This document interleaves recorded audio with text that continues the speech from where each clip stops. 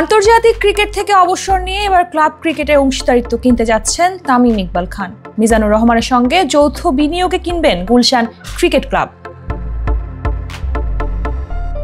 আন্তর্জাতিক ক্রিকেটকে বিদায় জানালেও আরও কিছুদিন ঘরোয়া ক্রিকেটে দেখা যাবে তামিমকে। ঘরোয়া ক্রিকেটে খেলা অবস্থায় সংগঠক হিসেবে নিজেকে প্রস্তুত করার চেষ্টাতেও আছেন দেশসেরা এই ওপেনার।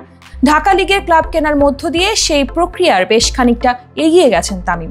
ফরচুন বরিশালের স্বত্বাধিকারী মিজানুর রহমানের সঙ্গে যৌথ বিনিয়োগে কিনছেন গুলশান ক্রিকেট ক্লাব।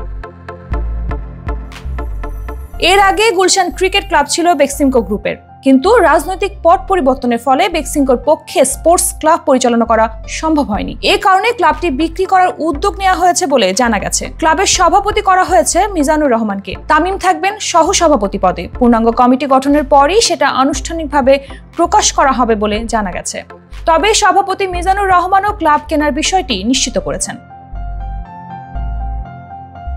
বিসিবির নির্বাচনকে সামনে রেখে ক্রিকেট সংগঠকদের অনেকেই ক্লাব কেনার চেষ্টা করছেন। বিসিবির সাবেক পরিচালক ইসমাইল হায়দার মল্লিকের মালিকানায় থাকা 23টি ক্লাবের মালিকানা পেতে চেষ্টা করছেন কেউ কেউ। তামিম মিজান সে পথে না গিয়ে টাকা বিনিয়োগ করে ক্লাবের মালিকানা কিনেছেন বেক্সিমকো স্পোর্টসের কাছ থেকে।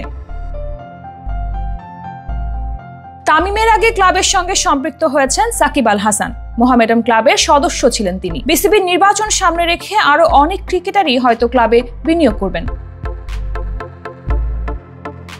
এদিকে বিসিবি থেকে পদত্যাগ করা পরিচালক খালেদ মাহমুদ সুজন প্রিমিয়ার লিগের নতুন দল গুলশান ক্রিকেট ক্লাবের প্রধান কোচ হিসেবে থাকবেন। দীর্ঘ এক যুগ আবাহনীর প্রধান কোচের দায়িত্ব পালন করা সুজন এবার এখানে এসেছেন।